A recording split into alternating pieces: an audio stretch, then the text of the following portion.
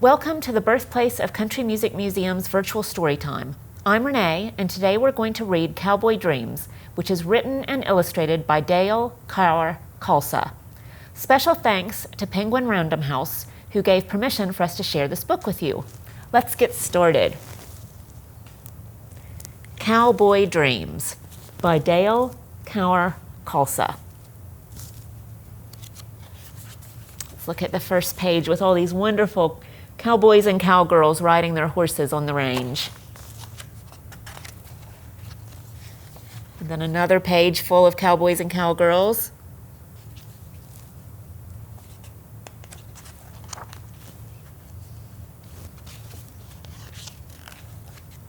Here we go.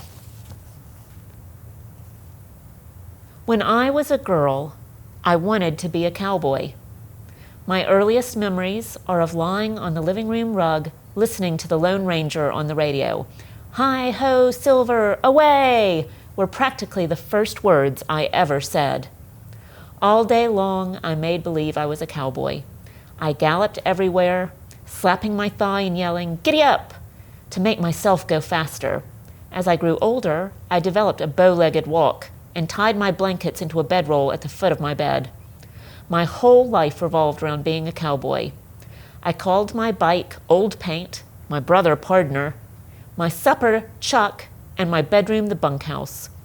Whenever I went on a merry-go-round, I pretended I was out riding with a posse, chasing bandits. Of course, I knew very early that if I were ever going to be a real cowboy, I needed a horse.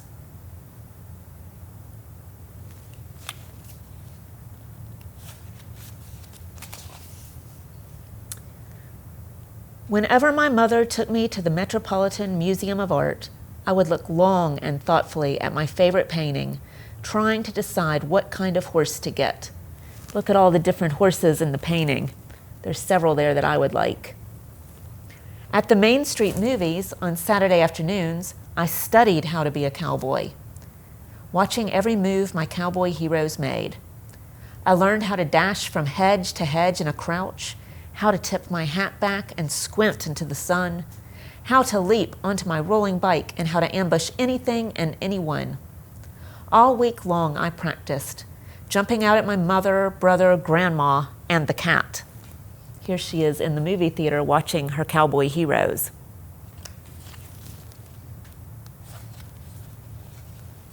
When Tony the Pony Man came to our block, I sat as tall and brave in the saddle as Hop-Along Cassidy. Here she is with Tony the Pony Man and her pony. I had been asking for a horse for my birthday since I was 3 years old. But my parents didn't even want a dog in the house, and I knew, deep down, they would probably never get me a horse. I bought a raffle ticket to win one.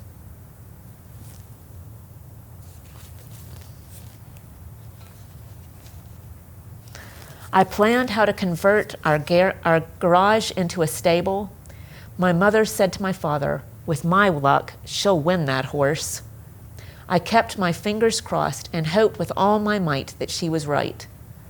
So instead of the car, the horse would live in the garage.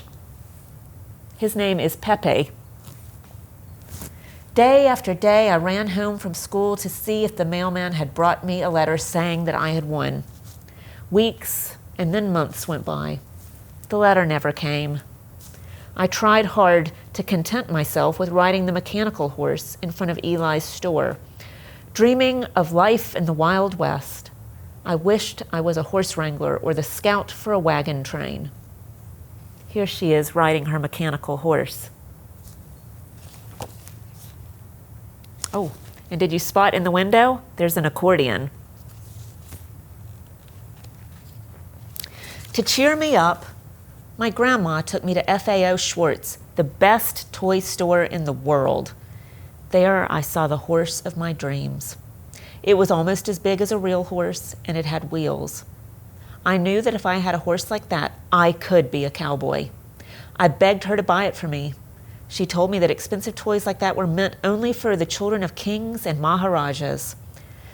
Oh, how I wished my father was a maharaja, but he was a tailor, and I wasn't going to get that horse. Look at that magnificent horse that she wanted there. There it is again, surrounded by kings and maharajas, or at least the children of them.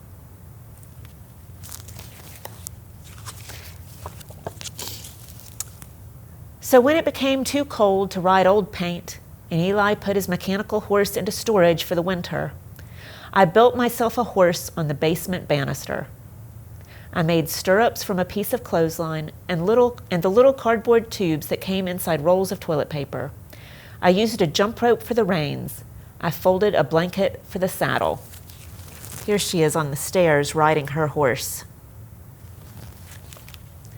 All winter long, I spent hour after hour riding my banister horse and singing my favorite cowboy songs. Songs that would carry me away into the world of my dreams, into the land of the cowboys. So here she is riding on the banister and then imagining that it's the real Wild West. Oh, give me a home where the buffalo roam, where the deer and the antelope play, where seldom is heard a discouraging word, and the skies are not cloudy all day. There she is, riding the range, protecting the wagon train, and singing her cowboy songs.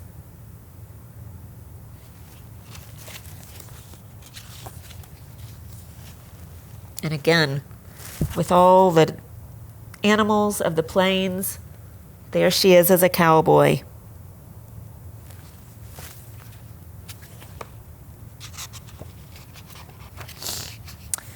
I'm a poor lonesome cowboy, I'm a poor lonesome cowboy, I'm a poor lonesome cowboy and a long ways from home. I ain't got no sister, I ain't got no sister, I ain't got no sister to go and play with me. I ain't got no brother, I ain't got no brother, I ain't got no brother to drive the steers with me. I'm a poor lonesome cowboy, I'm a poor lonesome cowboy, I'm a poor lonesome cowboy and a long ways from home. There she is, all by herself. Do you notice that the little horse has wheels? She's still imagining that horse at FAO Schwartz.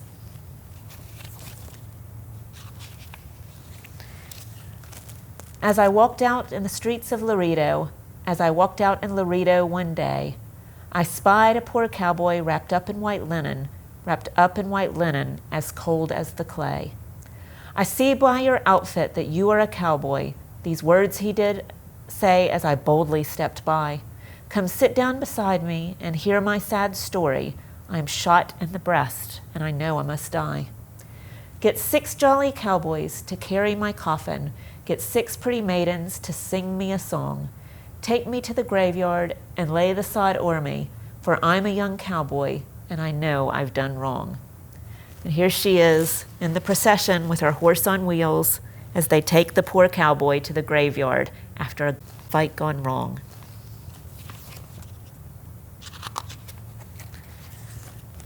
From this valley they say you are going. I shall miss your sweet face and bright smile, for they say you are taking the sunshine that has brightened my pathways a while.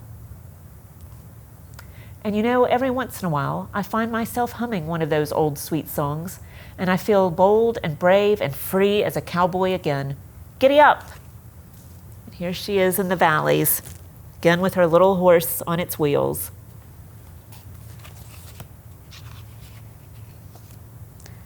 And then at the very end, we have the pictures of all the cowboys and cowgirls again riding the range. So that's a great story of a little girl who dreamt of being a cowboy and still remembers it to this day when she's an adult. But what's really cool about cowboy dreams, besides the good story and the good cowboy songs, is that at the back, it tells you some of the clothes that a cowboy would wear.